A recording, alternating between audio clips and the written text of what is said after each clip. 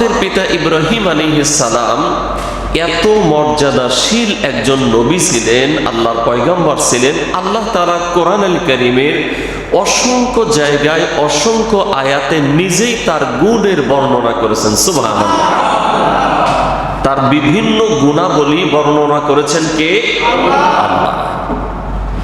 তো সব আজকে বলবো না, কয়েকটি গুণ আল্লাহর কোরআন থেকে আল্লাহ বলেছেন, সেগুলো আপনাদের সামনে বলবো। তার ভিতর একটা গুণ হলো হযরত ইব্রাহিম আলাইহিস সালাম আল্লাহ তাআলার মুমিন বান্দাদের অন্যতম একজন বান্দা ছিলেন। কোন সুবহানাল্লাহ। আল্লাহ রাব্বুল আলামিন কোরআন আল কারীমের মধ্যে আমাদের পিতা, মুসলিম মিল্লাতের পিতা ইব্রাহিম আলাইহিস সালামের গুণ বর্ণনা করতে গিয়ে বলেন, ইন্নাহু মিন ইবাদিনাল মুমিনিন। আল্লাহ রাব্বুল আলামিন বলেন, ইন্নাহু নিশ্চয়ই সে, মিন ইবাদিনাল মুমিনিন আমার মুমিন বান্দাদের অন্তর্ভুক্ত ছিলেন। কোন সুবহানাল্লাহ। আল্লাহ রাব্বুল আলামিন ইব্রাহিম আলাইহিস সালামের গুণ বর্ণনা করতে গিয়ে নিজেই বললেন, আমার পয়গম্বর, আমার বন্ধু, সে মুমিন বান্দাদের অন্তর্ভুক্ত ছিল, অন্যতম একজন মুমিন ছিল। কোন সুবহানাল্লাহ। এরপর আল্লাহ রাব্বুল আলামিন কোরআন আল কারীমের আরেকটি আয়াতে আরেকটি গুণের কথা বলেছেন। আল্লাহ রাব্বুল আলামিন বলেন, ইন্নাহু কানা সিদ্দীকান নাবিয়্যা। আল্লাহ রাব্বুল আলামিন বলেন, ইন্নাহু নিশ্চয়ই সে, এই সে হলো ইব্রাহিম আলাইহিস সালাম। আল্লাহ বলেন, ইন্নাহু নিশ্চয়ই সে, অর্থাৎ আল্লাহর খলিল, আল্লাহর দোস্ত আমাদের পিতা ইব্রাহিম আলাইহিস সালাম। আল্লাহ বলেন, কানা সিদ্দীকান নাবিয়্যা, নিশ্চয়ই তিনি ছিলেন সত্যনিষ্ঠ নবী। কোন সুবহানাল্লাহ।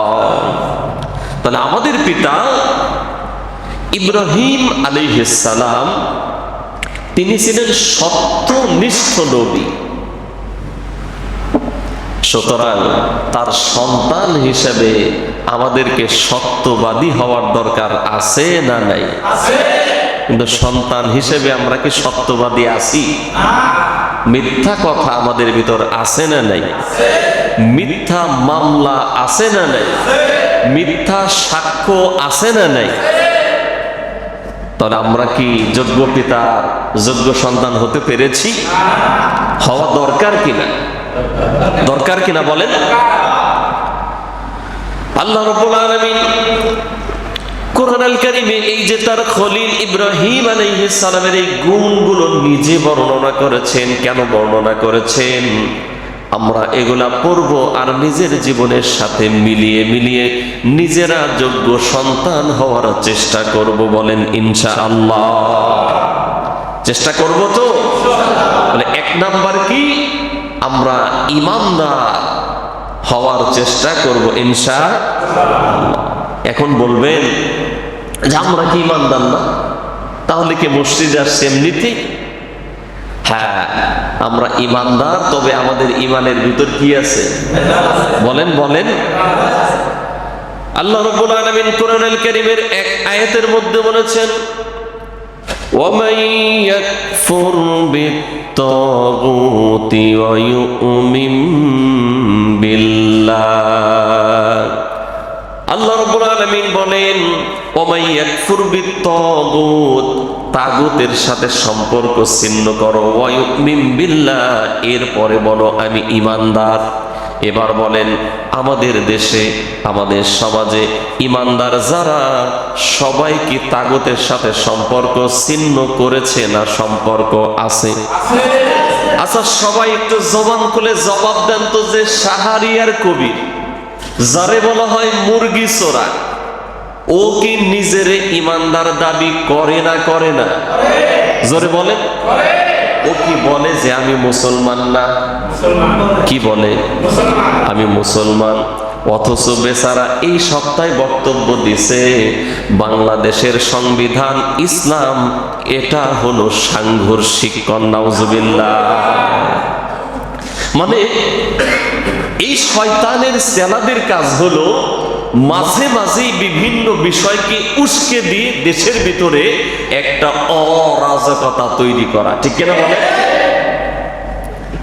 শোনেন, যে যেভাবে ক্ষমতায় আসুক আর যাকার যত বছরই থাকুক, সংবিধান থেকে ইসলাম যেই বাদ দিতে চাইবে ও যত বড় ক্ষমতাশালী হোক না কেন, ওরে জুতা পেটা করা হবে ইনশাআল্লাহ।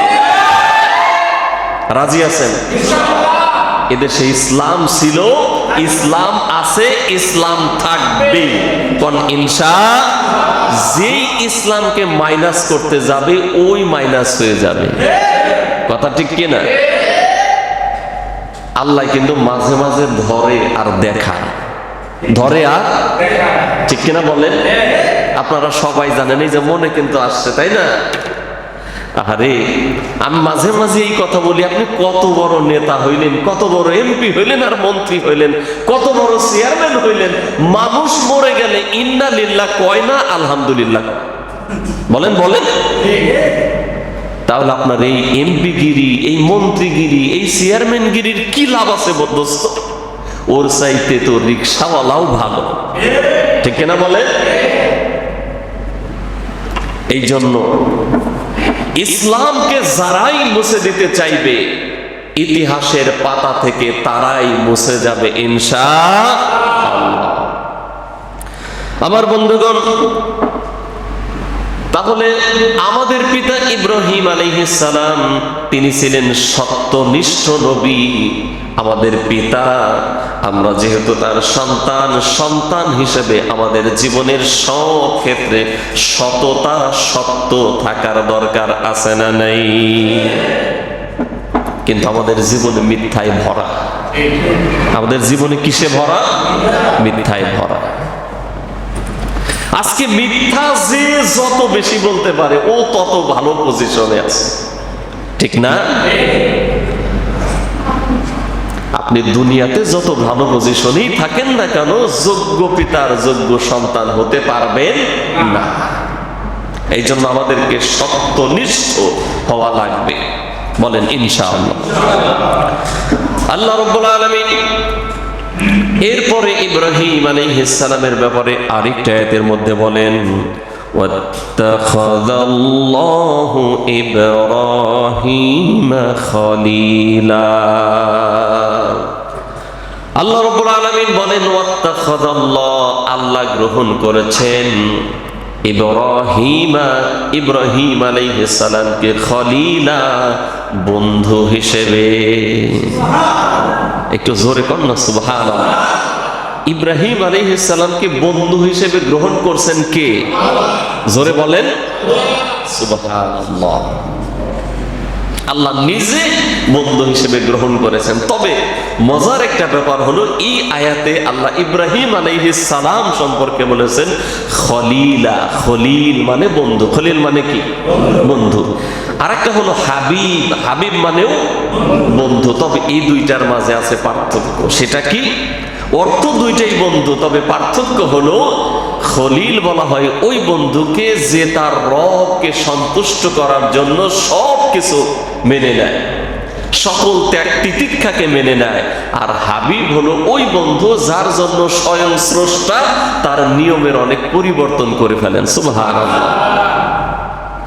আমাদের নবী মুহাম্মদ সাল্লাল্লাহু আলাইহি ওয়াসাল্লাম তিনি ছিলেন হাবিবুল্লাহ। কি ছিলেন বলেন? হাবিবুল্লাহ। আল্লাহর জন্য আল্লাহ নিজের শরীয়তের পরিবর্তন করছেন। সুবহানাল্লাহ কোন না? যেমন আমি মাঝে মাঝেই এগুলা বলি, আবার একটু স্মরণ করাই দিচ্ছি। আল্লাহ মুসা আলাইহিস সালামকে ওহী দিবেন, বললেন আসো তুর পাহাড়ে আসো। জুতাটা নিয়ে উঠতেছে, ধমক দিছে, এই জুতা খোলো, এটা পবিত্র উপত্যকা। মুসা আলাইহিস সালাম জুতা খুলছেন, আল্লাহ ওহী দিবেন। সুবহানাল্লাহ কোন? ইব্রাহিম আলাইহিস সালামকে কইছেন এই আগে নমরুদের আগুনে ঢুকো, তারপরে না। গেছেন, আল্লাহ তাআলা ওহী নাজিল করেছেন, এইভাবে এক একজনকে এক এক জায়গায় ডেকে নিয়ে। কিন্তু আল্লাহ রাসূল সাল্লাল্লাহু আলাইহি ওয়াসাল্লাম যেখানে আল্লাহর ওহী গিয়েছে সেখানে সুবহানাল্লাহ কোন। তাহলে আল্লাহর শরীয়তের পরিবর্তন করছেন না করেন? আল্লাহ রাসূল উটের পিঠে নাজিল হয়েছে, আল ইয়াউমা আকমালতু লাকুম দীনাকুম ওয়া আতমামতু আলাইকুম নি'মাতি ওয়া রাদিতু লাকুমুল ইসলাম দীনা। সুবহানাল্লাহ। আল্লাহ রাসূল ঘরের মধ্যে কম্বল মুড়ি দিয়ে আল্লাহ নাজিল করছেন, ইয়া আইয়ুহাল মুজাম্মিল কুমিল লাইলা ইল্লা কলিলা নিসফাহু আও ইনকুস মিনহু কলিলা। সুবহানাল্লাহ বলেন। অর্থাৎ আল্লাহ রাসূল যেখানে আল্লাহর ওহী গিয়েছে সেখানে পরিবর্তন আছে না? আছে। এরপরে আল্লাহ তাআলা দুনিয়ার কোন নবীকে নিজের কাছে আরশে আজিমে ডেকে নেন নাই, একমাত্র ইল্লা মুহাম্মাদুর রাসূলুল্লাহ সাল্লাল্লাহু আলাইহি ওয়াসাল্লাম, শুধুমাত্র মুহাম্মদ সাল্লাল্লাহু আলাইহি ওয়াসাল্লাম আমাদের নবীজিকে ডেকে নিয়েছে। নেওয়ার পরে অনেক ইতিহাসের মধ্যে অনেক লেখক লিখেছেন যে আল্লাহ রাসূলের পায়ে জুতা ছিল। কি ছিল? আল্লাহ রাসূল বারবার জুতার দিকে তাকান। মনে পড়ছে যে মুসা আলাইহিস সালাম তো আল্লাহ ধমক দিয়েছেন, এই তাড়াতাড়ি কোনো পবিত্র উপত্যকা, এই কথা মনে করে বারবার জুতার দিকে তাকান। তখন আল্লাহ বলছেন, দোস্ত জুতার দিকে তাকানোর দরকার নাই, এই আরশ, কুরসি, লৌহ, কলম, আসমান, জমিন সব কিছু আপনার জুতার নিচে ওয়াকফ করে দিয়েছি। সুবহানাল্লাহ। পরিবর্তন আছে না? আছে। জোরে বলেন আছে। সুবহানাল্লাহ কন্না সুবহানাল্লাহ। এটাই হলো হাবিব আর খলিলের মধ্যে পার্থক্য। আল্লাহ রাব্বুল আলামিন ইব্রাহিম আলাইহিস সালামকে বন্ধু হিসেবে গ্রহণ করেছেন। আল্লাহ কোরআন নিজেই বলেছেন, ওয়াত্তাখাযাল্লাহু ইব্রাহিমা খলিলা। আল্লাহ গ্রহণ করেছেন ইব্রাহিম আলাইহিস সালামকে খলিল হিসেবে, বন্ধু হিসেবে। আল্লাহ রাব্বুল আলামিন ইব্রাহিম আলাইহিস সালামের আরেকটি গুণ বলতে গিয়ে তিনি বলেন, আমার খলিল, আমার পয়গম্বর ইব্রাহিম আলাইহিস সালাম সে ছিল একেবারেই আমার অনুগত। সুবহানাল্লাহ। আল্লাহ বলেন, ইয ক্বালা লাহু রাব্বুহু আসলিম ক্বালা আসলামতু লিরাব্বিল আলামিন। আল্লাহ রাব্বুল আলামিন যখন বলেছেন ইব্রাহিম আসলিম, আত্মসমর্পণ করো, ইব্রাহিম আলাইহিস সালাম সাথে সাথে বলেছেন আসলামতু লিরাব্বিল আলামিন। আল্লাহর বিধানের সামনে কি করলাম? আত্মসমর্পণ করে দিলাম। সুবহানাল্লাহ। তাহলে এই গুণগুলো আল্লাহ নিজেই কোরআনে বলেছেন যে আমার বন্ধু খলিল ইব্রাহিমের এই গুণগুলো ছিল। আরো অনেক গুণের কথা আল্লাহ তাআলা বলেছেন কোরআনুল কারীমে। তাহলে তার মর্যাদা কম না বেশি? জোরে বলেন। কিন্তু বিশ্বাস করেন বাঙালি জাতি তাদের দেশীয় নেতাকে যেইভাবে পিতা পিতা পিতা বলে সম্বোধন করে ডাকে, আর অন্তরটাকে ঠান্ডা করে জাতির পিতা মুসলিম মিল্লাতের পিতা ইব্রাহিম আলাইহিস সালাম ওইভাবে তারা স্মরণ করে না। রাষ্ট্রীয়ভাবেও এটাকে ওইভাবে প্রমোট করার চেষ্টা করা হয় যেভাবে মুসলিম মিল্লাতের পিতাকে প্রমোট করার দরকার ছিল, সেটা ওইভাবে করা হয় না। ঠিক কিনা বলেন? অথচ এই পিতা তো স্বয়ং আল্লাহ তাআলা নিজেই ঘোষণা করেছেন। তিনি কে বলেন? ইব্রাহিম আলাইহিস সালাম। তিনি আমাদের কি বলেন? সবাই বলেন। এটা কি আমার কথা? পীর সাহেবের কথা? মুফতি আমির হামজার কথা? আল্লামা মামুনুল হকের কথা? মরহুম আল্লামা সাইদি রাহমাতুল্লাহর কথা? আল্লামা শফি রহমাতুল্লাহ আলাইহির কথা? কোন মুফাসসিরের কথা? এই কথা কার? জোরে বলেন, কথা কার? আমার এই কথাই যারা আমাকে দুশমন মনে করবে, আমাকে ভিন্ন দৃষ্টিতে দেখবে, ওরা স্বয়ং আল্লাহর দুশমন। বলে, কারণ এই পিতা দিয়েছেন কে? আল্লাহ রাব্বুল আলামিন বলেন, মিল্লাতা আবিকুম ইব্রাহিম হুয়া সাম্মাকুমুল মুসলিমিন মিল্লাতা আবিকুম, তোমাদের মিল্লাতের পিতা ইব্রাহিম। কথা কার? বলেন বলেন, কথা কার? সুতরাং এই কথা বলার পরে কোন আলেমের প্রতি, কোন বক্তার প্রতি যদি কেউ ভিন্ন দৃষ্টিতে, ভিন্ন মানসিকতা পোষণ করে, বুঝতে হবে ও দুশ্মন কার? যত বড় নেতা হোক আর যেই পজিশনই থাক, ও হলো আল্লাহর দুশ্মন। কার দুশ্মন? আমার বন্ধুগণ খেয়াল করেন, আল্লাহ রাব্বুল আলামিন কোরআনুল কারীমের জায়গায় জায়গায় তার খলিল আমাদের পিতা ইব্রাহিম আলাইহিস সালামের গুণাবলী বর্ণনা করেছেন। আর এই ইব্রাহিম আলাইহিস সালাম এমন গুণের গুণান্বিত ছিলেন, তার গোটা জীবনটা আল্লাহ তাআলা পরীক্ষায় ঘিরে রেখেছিলেন। গোটা জীবনে কি ছিল? তার পরীক্ষা। অসংখ্য পরীক্ষার কথা আল্লাহ কোরআনে উল্লেখ করেছেন। কেন? কারণ হলো যাতে করে আমরা সন্তান হিসেবে আমাদের সামনেও কোন পরীক্ষা ইমানদার রাসূলুল্লাহ সাল্লাল্লাহু আলাইহি ওয়াসাল্লামকে ভালোবেসে যে মুখে দাড়ি রাখে, এই দাড়ির জন্য মামলা, হামলা, জেল, জুলুম, জরিমানা হইলেও ইমানদার কখনো মুখে কুর লাগাবে না। কথা ঠিক না বেঠি? জোরে বলেন। সুতরাং পিতার পরীক্ষা হয়েছে, সন্তানেরও পরীক্ষা হইলে টিকে থাকার দরকার আছে না নাই? থাকবো তো ইনশাআল্লাহ। আমাদের পিতা ইব্রাহিম আলাইহিস সালামের গোটা জীবনটা আল্লাহ পরীক্ষায় ঘিরে রেখেছিলেন, পরীক্ষায় ভরপুর করে দিয়েছিলেন। আল্লাহ রাব্বুল আলামিন নিজেই বলেন ফাআতাম্মাহুন, আর আমার খলিল প্রত্যেকটা পরীক্ষায় 100তে 100 মার্ক পেয়ে উত্তীর্ণ হয়েছিল।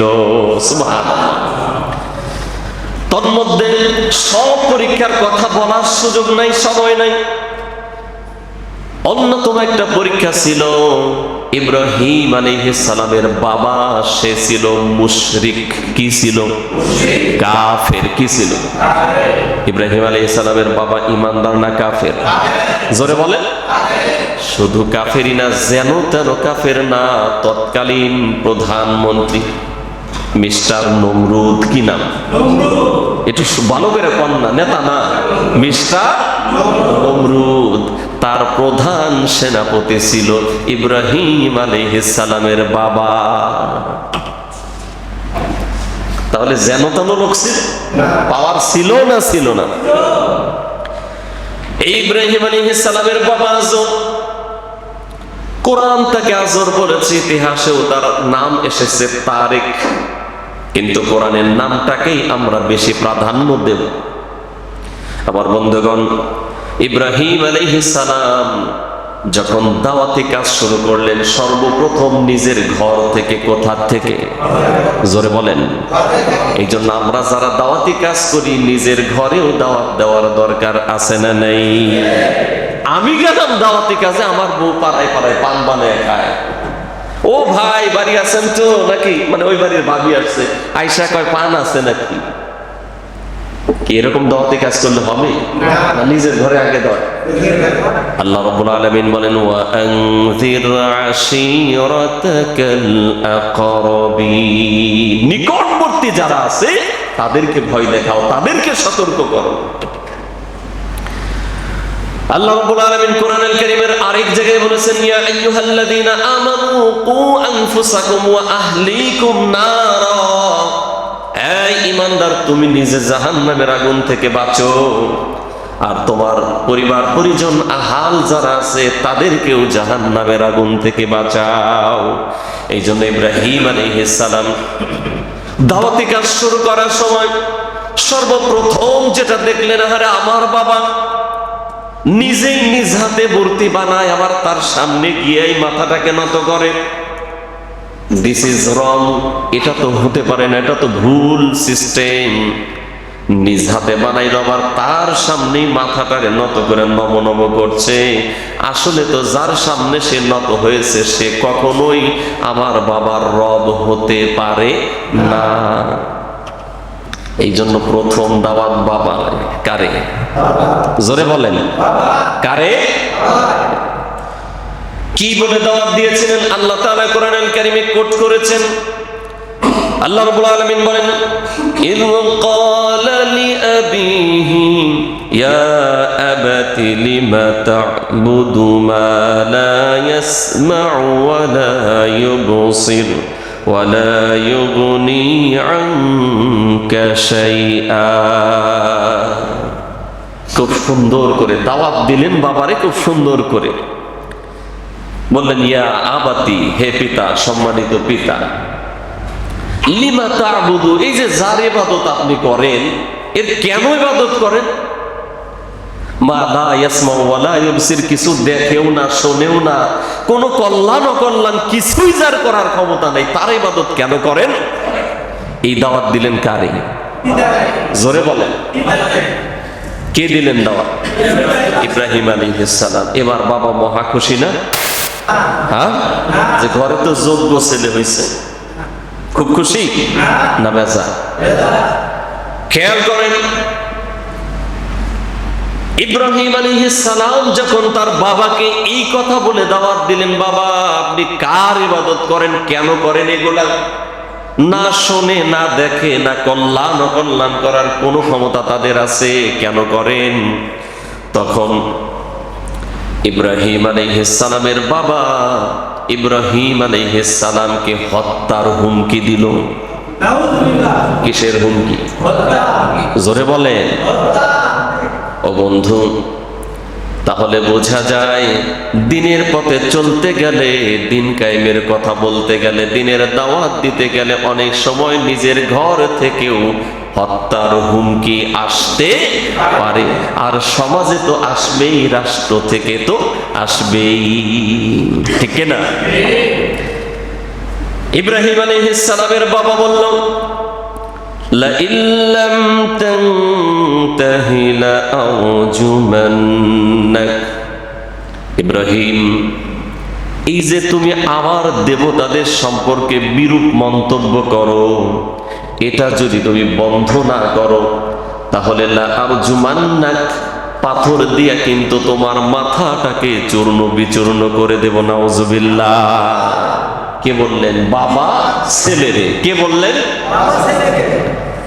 এবং যেন তেন ছেলে না, আল্লাহর পয়গম্বর আমাদের পিতা ইব্রাহিম আলাইহিস সালাম। একটু কন্যা আল্লাহু আকবার। প্রিয় বন্ধু, কথা কিছু হৃদয়ে বসায়েন, বুঝেন। দিনের পথে চলতে গেলে বাধা আসবে, মামলা হবে, হামলা হবে, জীবনও যেতে পারে। তবে জীবন গেলে সফল না ব্যর্থ? জোরে বলেন। আপনারা সবাই জানেন 2016 সালে এই ঝিনাইদহে, এই আসনে, যে আসনের এমপি ভারতে গিয়ে মারা গেল, আনোয়ারুল আজিম আনার, কি নাম? এই ওনারই আসনে 2016 সালে, খেয়াল করেন, 2016 সালে শিবির করার অপরাধ। কি করার অপরাধ? বলেন বলেন। ওরে ভাই, আপনি মুখ দিয়ে বললে শিবির হয়ে যাবেন না, এরা তো ভয় কিসের? বলেন। শিবির করার অপরাধে তাকে ধরে নিয়ে যাওয়া হবে।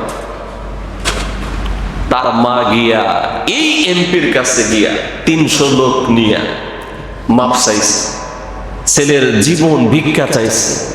বলছে যে আমার ছেলে আর শিবির করবে না, আওয়ামী লীগ করবে। কিন্তু সে কি বলছে?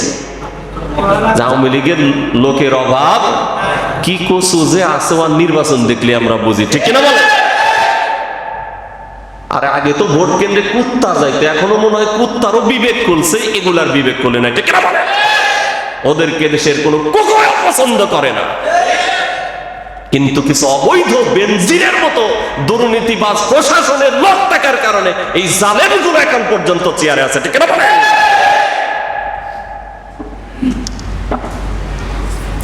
দেখছেন না আপনারা?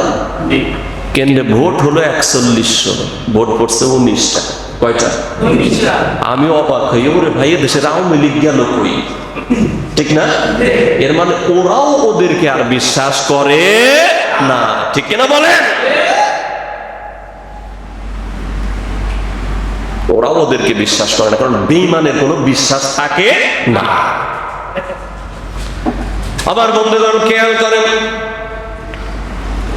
এই ছেলেটার মা 300 লোক নিয়ে ক্ষমা চাইলো, ছেলেটার জীবন ভিক্ষা দান। আওয়ামী লীগ করবে কয়, আওয়ামী লীগ করার লোকের অভাব নেই।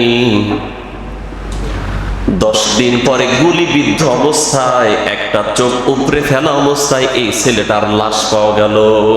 নাউজুবিল্লাহ কর।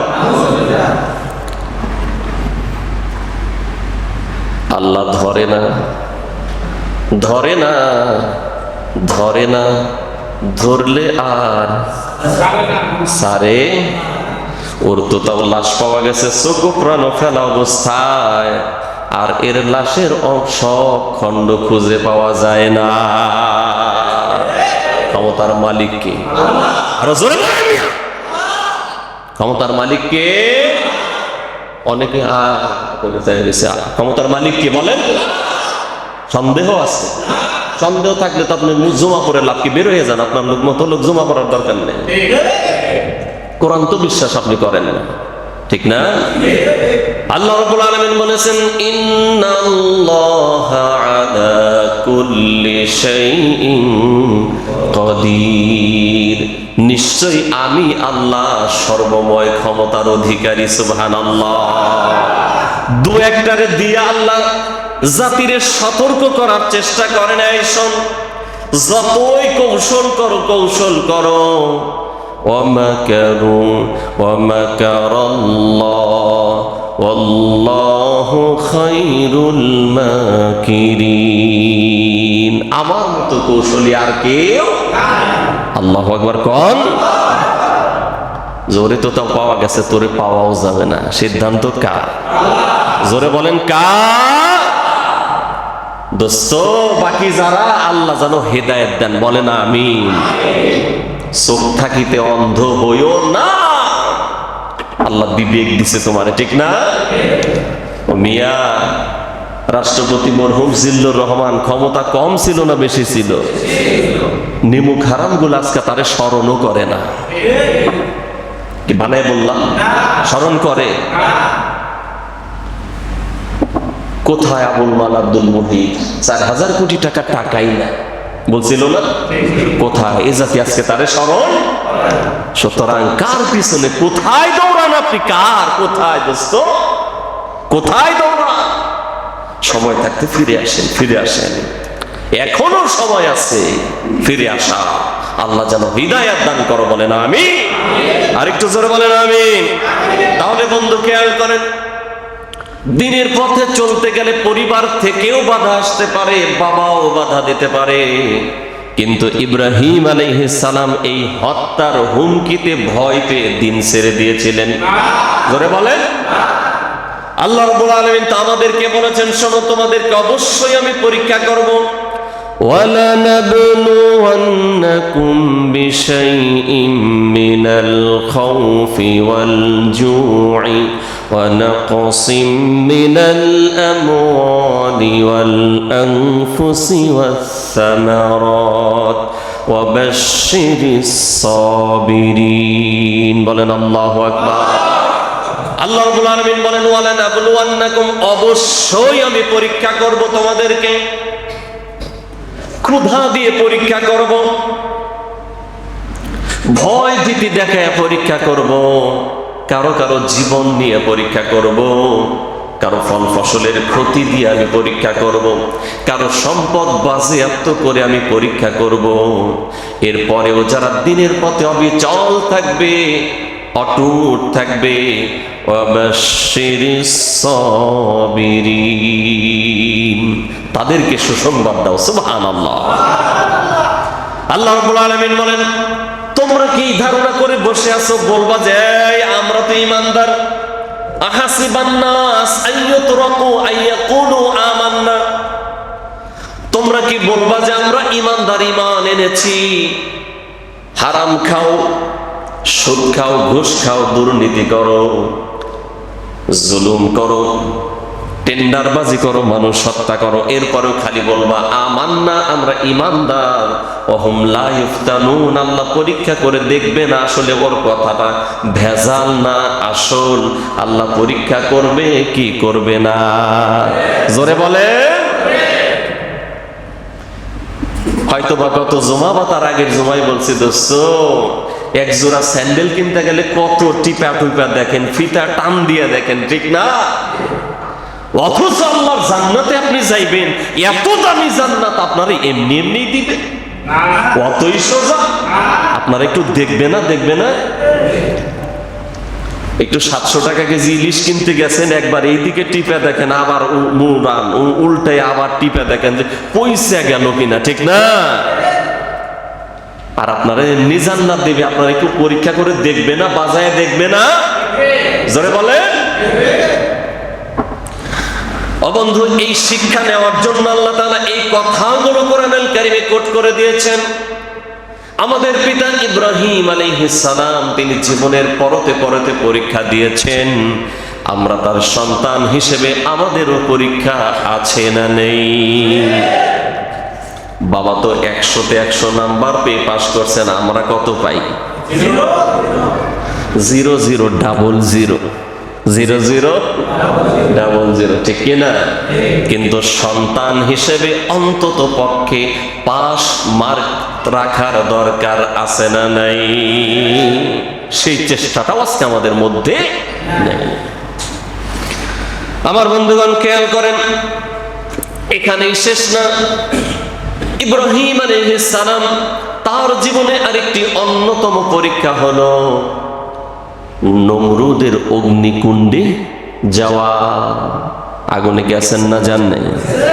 একটু মিলতাল দিলেই তো আর যাওয়া লাগে না, কিন্তু মিলতাল দিছিলেন।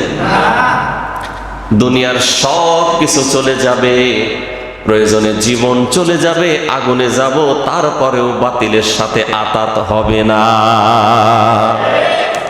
ঠিক না? ওরে ভাই, খেয়াল করেন, আল্লামা সাইদি যদি খালি একটু আতাত করতেন, এতক্ষণ তো মন্ত্রীর চেয়ারে থাকতেন, ঠিক না? এই দেশের বড় বড় পীর তার কাছে রুমাল ধইরা মুরিদ হওয়া লাগতো। কথা কয় না? আতাত করছিলেন না। তাহলে ইব্রাহিম আলাইহিস সালামের যোগ্য সন্তান হলো এরা। মামুনুল হক সাহেব যদি একটু আতাত করেন, ফ্যাসিলিটি আছে না নাই? কিন্তু তিনি বাসায় যাওয়ার আগেই হুঙ্কার দিলেন, এতে জালেমের অন্তরে আগুন ধরছে না ধরে নাই? এটা না দিয়া তো পারতেন, ফ্যাসিলিটির অভাব হইতো না। কিন্তু কখনোই এটা হবে না, কারণ ইব্রাহিম আলাইহিস সালামের যোগ্য সন্তান হলো এরা। জৈসা বাপ তো ওইসা বেটা, ঠিক না? ঠিক না? আমরা ওরকম ছেলে হইতে রাজি আছি, ওরকম যোগ্য সন্তান হতে রাজি আছি? কারা কারা রাজি আছি? আল্লাহ কবুল কর, বলে না আমি।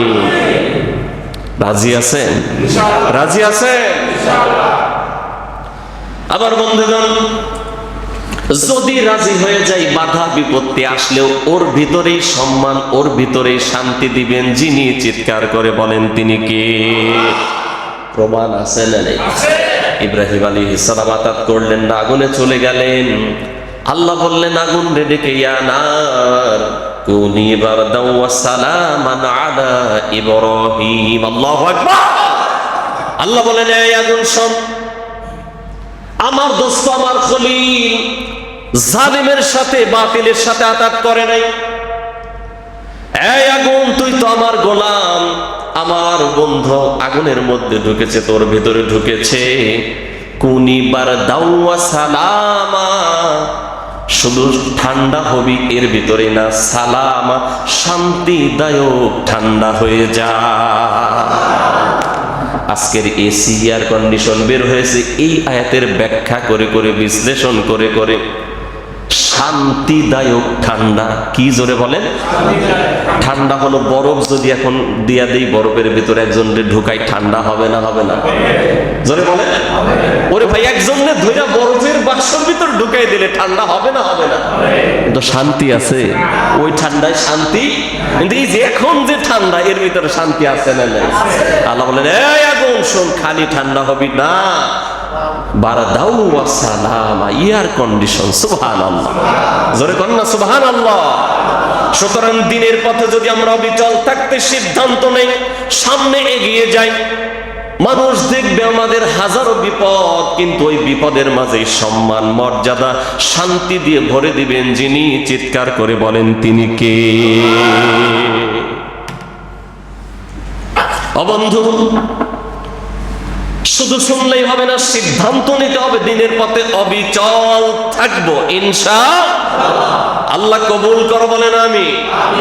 এরপরে ইব্রাহিম আলাইহিস সালামের জীবনের অন্যতম পরীক্ষা ছিল আল্লাহর খলিল, আল্লাহর দোস্ত। পোলা তো ডজন ডজন দিলে পারতেন, কে পারতেন না? কিন্তু এটাও পরীক্ষা। 80 বছর 85 বছর হয়, তারপরেও কোনো সন্তান। আমাদের খালি বিয়ে করছে, 2 বছর গেছে সন্তান হয় না, কয় হুজুর পানি পড়া দেন। আর 2 বছর গেছে, কয় না ইমাম সাহেব দা হবে না, এইবার যাইতে হবে শাহজালালের দরবারে। আবার কইছে এখানে কিন্তু খালি হাতে আইসো না, টাকা পয়সা নিয়ে আইসো, গজার রে খাওয়ানো লাগবে, ঠিক না? আবার যদি টাকা একটু বেশি থাকে, তাহলে ছাগল একখান কিনা নিয়ে যাও। আছে না? জোরে বলেন। এরকম লোক আছে না? নাই। কিন্তু ইব্রাহিম আলাইহিস সালাম তা করলেন না। বয়স 80 বছর হয়ে গেল, 85 বছর হয়ে গেল, তবে মনের ভিতর আশা এবং প্রত্যাশা, দাবি, চাওয়া পাওয়া একজনের কাছে। চিৎকার করে বলেন, তিনি কে? দোয়া করতে লাগলেন, রব্বি হাবলি মিনাস সালিহিন। রব্বি, আয় মেরে রব, হাবলি, আমাকে দাও, মিনাস সালিহিন, নেককার সন্তান। সুবহানাল্লাহ। আল্লাহ বললেন, জিবরিল যাও, একটা টিম নিয়ে চলে যাও, আমার খলিলের কাছে যাও, গিয়ে তারে সন্তানের সুসংবাদ দিয়ে দাও। জিবরিল আসলেন, আসার পরে বললেন, ফাবাশশারনাহু বিগুলামিন হালিম। আল্লাহ আপনাকে নেককার সন্তানের সুসংবাদ দিয়েছে। সুবহানাল্লাহ। সুতরাং সন্তান যদি দরকার হয়, চাইবো কার কাছে? কথা কয় না কেন? কার কাছে? ছেলে হইলে কার কাছে? মেয়ে দরকার হইলে, উভয় দরকার হইলে, সুস্থতা চাইবো কার কাছে? অভাব থেকে মুক্তির জন্য চাইবো কার কাছে? কারণ সব কিছু দেনেওয়ালা কে? ইব্রাহিম আলাইহিস সালাম সন্তান চাইলেন আল্লাহর কাছে, কোনো দরগায় না, দুর্গায় না, পীরের কাছে না, ফকিরের কাছে না, কোনো মাজারে না, আল্লাহর কাছে চাইলেন। আল্লাহ সন্তান দিয়ে দিলেন। এবার পরবর্তী পরীক্ষা। পরবর্তী কি পরীক্ষা? পরীক্ষা আছে না নেই? এবার পরবর্তী পরীক্ষা। এই বৃদ্ধ বয়সের সন্তান হয়েছে। আল্লাহ বললেন, এই দোস্ত আমার, যাও যাও, তোমার এই স্ত্রী এবং সন্তান উভয়ে নির্জন মরুভূমিতে রেখে আসো। এবার আর ইব্রাহিম আলাইহিস সালাম মানেন নাই। কি মনে হয়? আল্লাহর নির্দেশ মানছেন না মানেন নাই? আল্লাহ যা বলেছেন তাই বলেছেন, রেখে আসলেন। খেয়াল করেন, যখন রেখে আসতেছেন তখন পিছন থেকে স্ত্রী ডাক দিল, ডাক দিয়ে বলল, স্বামী আমার, আল্লাহর পয়গম্বর, আপনি এখানে এভাবে কেন রেখে যাচ্ছেন? ইব্রাহিম আলাইহিস সালাম কোনো কথা না বলে শাহাদাত আঙ্গুল উপরের দিকে উঁচা করে শুধু দেখালেন। ইব্রাহিম আলাইহিস সালামের স্ত্রী বুঝতে পারলেন, নিঃসন্দেহে এটা হুকুম কার? যোগ্য স্বামীর যোগ্য স্ত্রী। ইব্রাহিম আলাইহিস সালামের স্ত্রী আমাদের মা, তিনি বললেন, আল্লাহর পয়গম্বর, প্রিয়তম স্বামী আমার, এই আদেশ যদি সত্যি আল্লাহ দিয়ে থাকেন তাহলে কোনো ভয় নাই, কোনো টেনশন নাই। যে আল্লাহর হুকুমে আপনি রেখে যাচ্ছেন ওই আল্লাহ আমাদের কোনো ক্ষতি করবেন না। আসার সময় খালি দোয়া করলেন ইব্রাহিম আলাইহিস সালাম, আল্লাহ এই নির্জন মরুভূমিতে রেখে গেলাম, এখানে তুমি জনবসতি বানিয়ে দাও, ফল ফুট দিয়া, ফল ফলাদি দিয়ে এদের খাদ্য খাবার ভরে দাও। সুবহানাল্লাহ। আল্লাহর কোরআন আল্লাহ নিজেই বলেছেন।